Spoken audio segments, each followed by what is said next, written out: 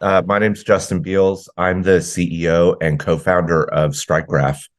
And prior to founding StrikeGraph, I've been involved in technology and computing for quite some time. I actually learned to program when I was a little kid in grade school. At that time, I didn't have any memory for my computers, like a tape drive or anything like that. So I had to reprogram the computer game into the computer every time I wanted to play it. And I fell in love with it. You would have called me a computer hobbyist in grade school and college. Actually studied theater in college, which is probably how I became a tech entrepreneur, and which is something I pretty much pursued right after school. I worked in a couple of places. British Telecom, for one, was really exciting. I was a network engineer and a security engineer at British Telecom for their global data network rollout.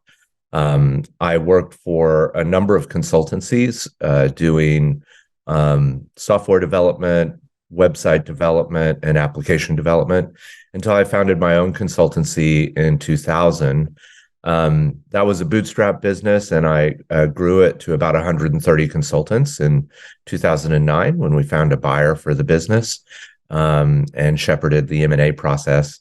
After that, I tended to spend time as a chief technology officer, a VP of product engineering, or similar types of roles for a number of venture capital backed technology startups. And along the way, as a CTO, is where I got the idea for StrikeGraph. And the challenge that we were seeing as a company in delivering a technology product was that our buyers were very sensitive about our security. And they wanted a lot of assurance from us about the security operations that we were implemented and ensuring worked correctly before they would adopt our software. And this was a big problem. And it led to me wanting to start StrikeGraph to help solve that problem. Okay, great. It's quite a wealth of background experience, and it's always great to see, when you've got kind of you identify a gap in the market, just, almost by accident or from hearing client feedback or just, having your ear to the ground with the industry. So kind of moving along from that as well, where do you see sort of, what are the hot issues in security compliance most Yeah. recently? Yeah. I think the first issue is one of culture. And it's certainly impacting CISOs and people in the security space. For a long time, when I was at British Telecom and working in security, I learned of the phrase, well, if you didn't get hacked this year, then you spent enough budget on security. And and there was a lot of opinions at different companies about what appropriate security was, but it was really impossible to compare the implementation of security across companies because we didn't have a standard. And that standard is you can use it in a very broad term. It's just to me, it's a measuring tool. Sometimes we use standards to measure children's education attainment. Sometimes we use standards to measure our code being in a framework and easy to use or matching kind of an effective practice. And in security, we're using standards in that more traditional assessment and rubric methodology. And it's a measurement tool. And when we can measure, it means we can compare. And this is what buyers in the market were really worried about is how do I compare and or measure the security practice of a company with which I'm getting ready to share a lot of precious data? Yeah, Yeah. yeah, that makes sense. It kind of, what you said there reminded me of a book called Black Box Thinking, where you're setting those standards and that framework. It applies to different industries, to aviation, to medicine. It stops the professionals themselves making mistakes because a lot of it is just box ticking, isn't it?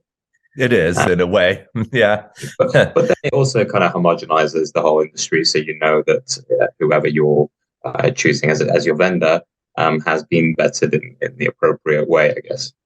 That's right. And in a marketplace, I think like security or as the just the vast, vibrant set of practices that people could call security, everything from all the intricacies of cybersecurity and digital security and server hardening on through to HR practices.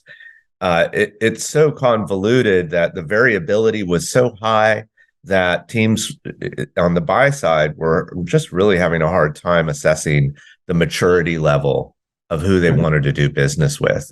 And I get that CISOs, if I were a CISO, I would be like, man, I was making good decisions. I don't know why I have to deal with this box checking exercise. And if you attack the process as a box checking exercise, that's what it'll feel like. One of the things that we've really tried to do is kind of imbue a practice we call trust operations, which is more about engaging, your organization in the types of security practices broadly, not just cybersecurity, that you want to see implemented. And that allows the CISO to pull back more to that strategic approach around security, as opposed to feeling like, oh, I've got to go write this policy to check this box, to make someone happy. And instead, the way we like to think about it is who's the owner of a particular security practice inside your organization, and how do you validate that that person was contributing broadly to the security that needed to happen?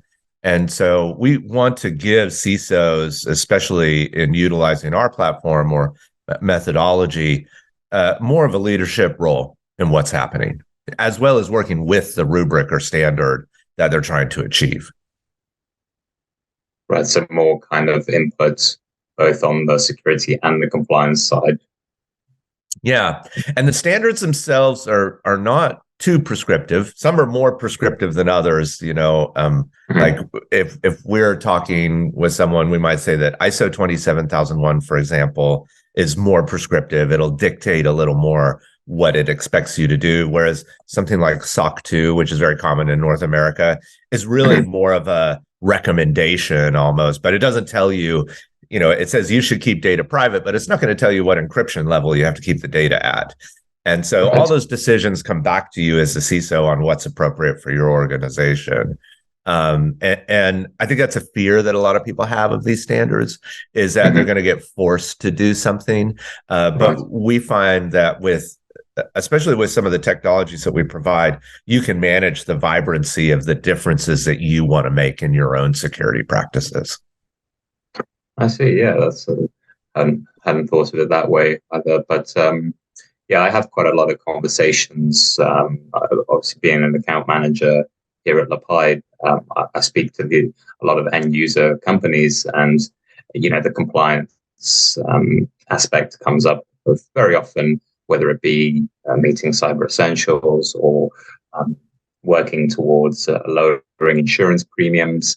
And again, that's kind of, just hitting the marks in those various different areas. But, that to my understanding, that is kind of, you're being forced to do that, or at least you're being forced economically to do that, because if you can have those things in place, then your insurance premium goes down a hell of a lot, probably more than it costs you to put in that tool that will help you achieve that compliance, right?